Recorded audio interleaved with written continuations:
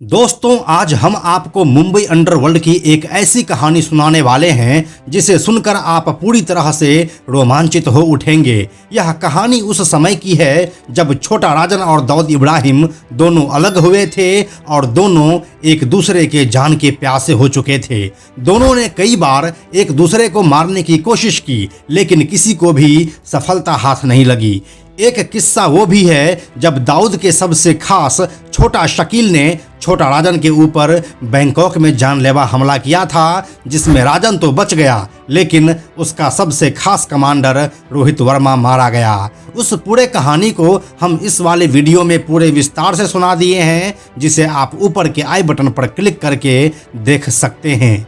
आज के इस वीडियो में हम आपको वो कहानी सुनाने वाले हैं जब राजन ने दाऊद को मारने के लिए अपने सबसे खास सिपाह सालार सबको पाकिस्तान की कराची भेजा था, लेकिन राजन का यह मकसद पूरा नहीं हो सका। जो कहानी आज हम आपको सुनाने जा रहे हैं वह डी कंपनी के खास शूटर एजाज लकड़ावाला ने जांच एजेंसियों को बताया था।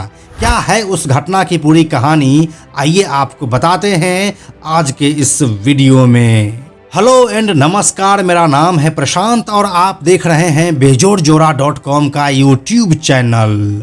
इस कहानी की शुरुआत साल 1993 में हुए मुंबई बम धमाकों के बाद तब शुरू हुई जब छोटा राजन डी कंपनी से अलग हो गया। ऐसे में छोटा राजन और दाऊद गुट में भिड़ंत शुरू हो गई। दोनों एक दूसरे को मारने पर उतारू हो चुके थे।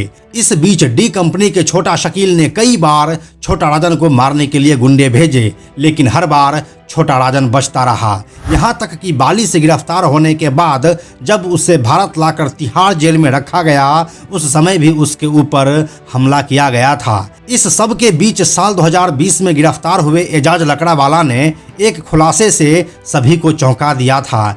एजाज लकड़ावाला ने जांच एजेंसियों को बताया था कि छोटा राजन ने भी साल 1998 में दाऊद को मारने की योजना बनाई थी, जो कि फेल हो गई। मुंबई क्राइम ब्रांच के द्वारा गिरफ्तार किए गए एजाज ने अधिकारियों को इस बातचीत में बताया कि इस प्लान के फेल होने के बाद छोटा शकील ने खुद एजाज पर और छोटा राजन पर भी विदेश में रहते वक्त हमला करवाया था। हम आपको बताते चलें कि एजाज लकड़ावाला की बात को एक सूत्र के हवाले से कहा गया था। उसमें यह कहा गया था कि साल 1998 में छोटा राजन के नज़दीकी फरीद तानाशाह, विक्की मल्होत्रा, बालू डोकरे, बाबा रेड्डी, विनोद मटकर और संजय घाटे जैसे गैंगस्टर और शार्प शूटर इंडिया से नेपाल के रास्ते कराची गए थे। इस यात्रा में वह दाऊद को मारने की योजना से गए थे, क्योंकि दाऊद अपनी बेटी मारिया की मौत के बाद वहां पर दरगाह में आने वाला था। इस दौरान विक्की मल्होत्रा और फरीद तानाशाह समेत अन्य लोग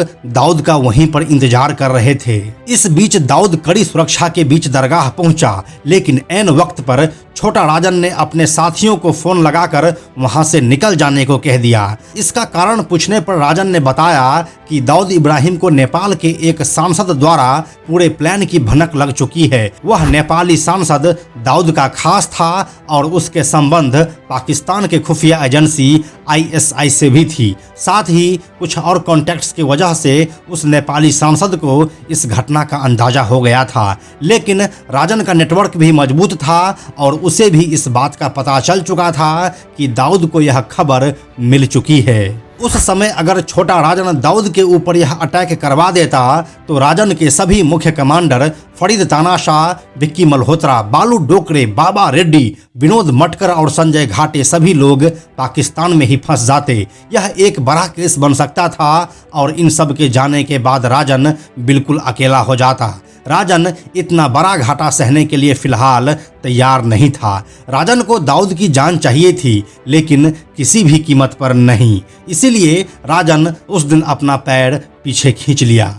अगर उस दिन छोटा राजन अपने साथियों को फोन नहीं करता और यह अटैक हो जाने दिया होता तो शायद आज दाऊद जिंदा नहीं होता। लेकिन इतिहास अगर और मगर पर नहीं चलता है, वह चलता है फैक्ट पर, और फैक्ट यह है कि दाऊद आज भी जिंदा है और पाकिस्तान में ऐशो आराम की जिंदगी जी रहा है। उस दिन छोटा राजन के मना करने के बाद सभी वहां से लौट आए थे, लेकिन 2 सालों के बाद साल 2000 में छोटा राजन को मारने दाऊद ने अपने दाहिने हाथ छोटा शकील के साथ मिलकर मुन्ना झिंगरा उर्फ मुदस्सर हुसैन को बैंकॉक भेजा था।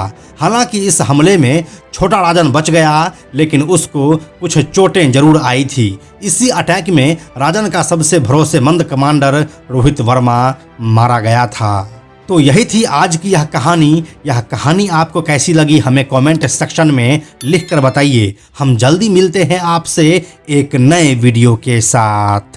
अंत में एक और ज़रूरी बात, हमने बेजोड़ जोड़ा का एक टेलीग्राम चैनल भी बनाया है, जहां आपको हमारे सारे वीडियोस के लिंक सबसे पहले मिल जाएंगे। इसलिए आप लोग टेलीग्राम पर भी हमसे जुड़ें। टेलीग्राम पर हमसे जुड़ने के लिए सिंपली आप टेलीग्राम ऐप के सर्च में जाकर बेजोड़ जोड़ा लिखिए और चैनल पर जाकर ज्वाइन बटन क्लिक कर दीजिए। आप हमसे जुड़ जाएंगे। यह वीडियो अगर आपको पसंद आया तो इसे लाइक और शेयर जरूर करें। आने वाले वीडियोस के लिए बेजोड़ जोड़ा को सब्सक्राइब करके बेल आइकन को टच करना ना भूलें। Thank you so much.